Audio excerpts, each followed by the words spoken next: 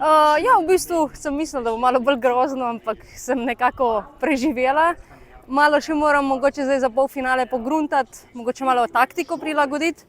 So malo take razmere, rečemo, težke za mene, ker sem med lažjimi in je ta veter mi ne paše, ampak pač tako je.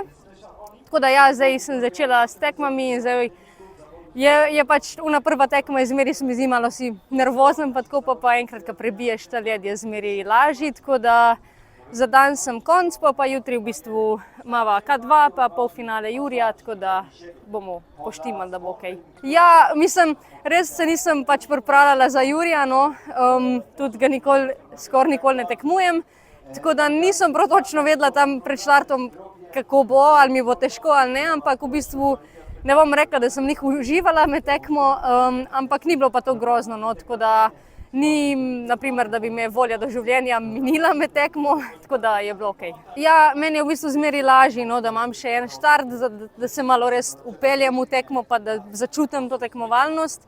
Pol pa v bistvu K2 mi je tudi lažje tekmovati, ker imam še Anjo od zadaj in pač imaš boljši občutek, da imaš enega s sabo.